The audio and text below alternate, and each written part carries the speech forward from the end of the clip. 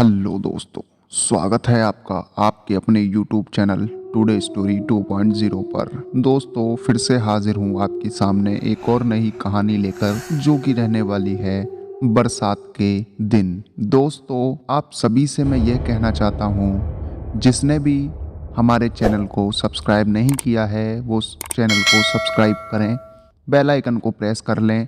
उससे क्या होगा, जब भी मैं ऐसी ही कहानियाँ आपके सामने लेकर आऊँगा तो सबसे पहले नोटिफिकेशन आपके पास जाएगा। दोस्तों, कहानी की शुरुआत होती है। बरसात के दिन थे।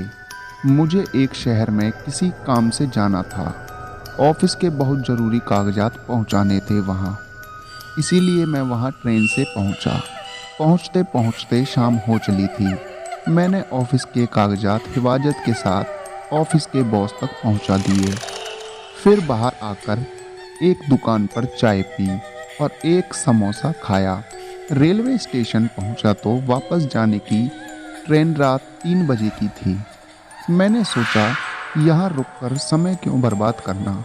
मैं बस स्टॉप जाकर देखता हूँ कि शायद कोई बस मिल जाए। बस स्टॉप पहुंचा तो उन्होंने कहा कि रात 11 बजे की बस है।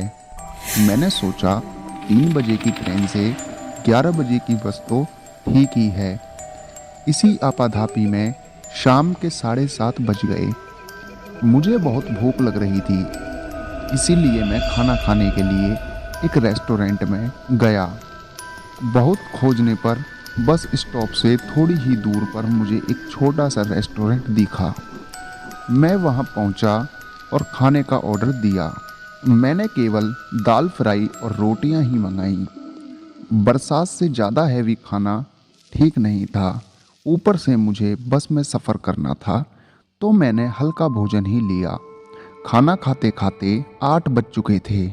खाना खाकर मैंने रेस्टोरेंट का बिल अदा किया और एक पानी की बोतल खरीदकर जैसे ही मैं बाहर आया तो बहुत ज़ोर से बरसात शुरू हो गई।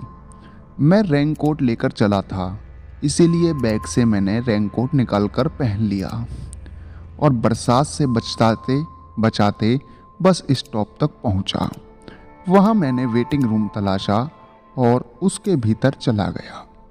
मैं उसके भीतर चला तो गया, लेकिन मैंने तब गौर किया कि वेटिंग रूम बस स्टॉप से इतनी दूर क्यों है, वो भी इतनी सुनसान जगह पर। मैं जैसे ही बेंच पर बैठा, वहां की लाइट चली गई। ऊपर से बादल गरज रहे थे और बिजली चमक रही थी। मुझे बहुत डर लग रहा था, इसलिए मैंने अपने मोबाइल फ़ोन की लाइट जला ली। फिर लगा कि न जाने कितनी देर बाद लाइट आएगी। मेरा फ़ोन डिस्चार्ज हो गया, तो इसलिए मैंने फ़ोन ऑफ कर लिया। अब मुझे बहुत डर लग रहा था। बाहर बहुत ज़ोरों की बरसात थी और मैं बाहर भी नहीं जा सकता था। लेकिन भगवान का भला हो, कुछ ही देर में लाइट आ गई। लाइट आई तो मैंने राहत की सांस ली। मैं अब वेटिंग रूम की बेंच पर लेट गया।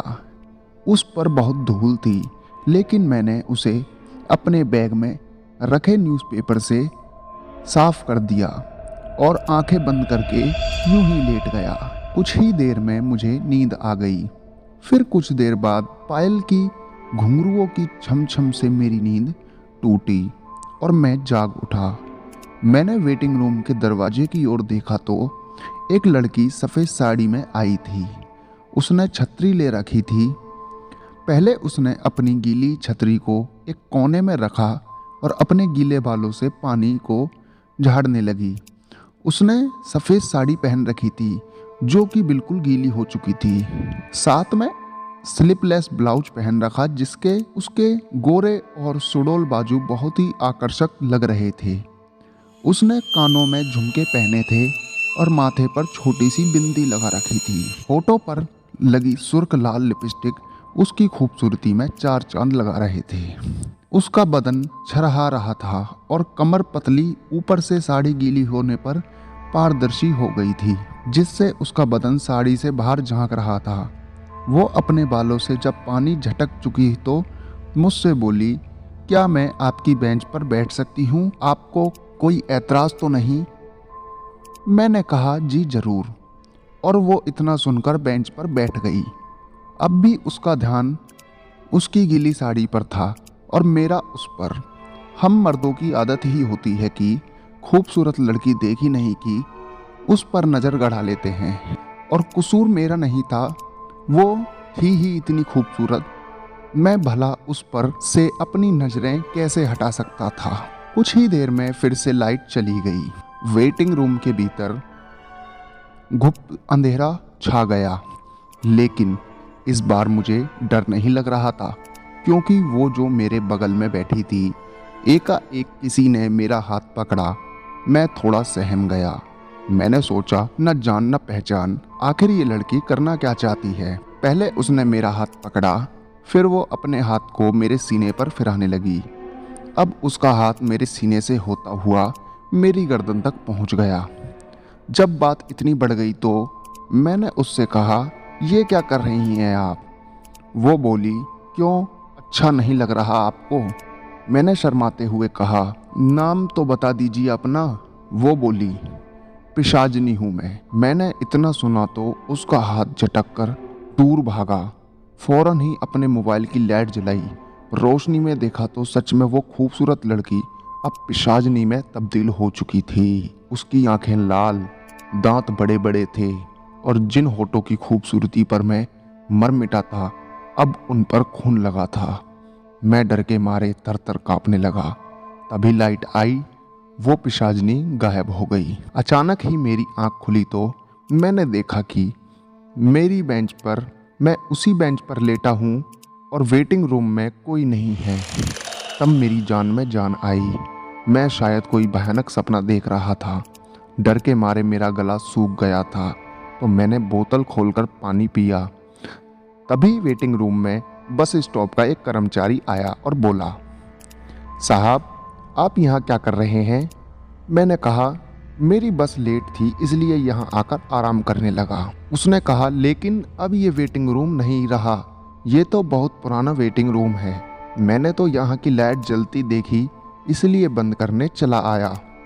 वो कर्मचारी बोला। मैंने उससे कहा, ओह, तो मैं गलत जगह आ गया।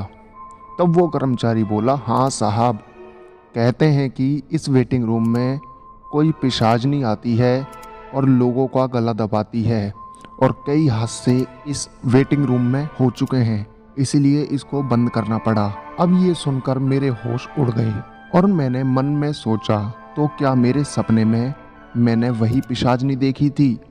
और फिर मैं उस पुराने वेटिंग रूम से अपना सामान उठाकर बाहर आने लगा। तभी कर्मचारी बोला, साहब आप अपना छाता तो उठा लीजिए, इसे तो आप यहीं भूल जा रहे हैं।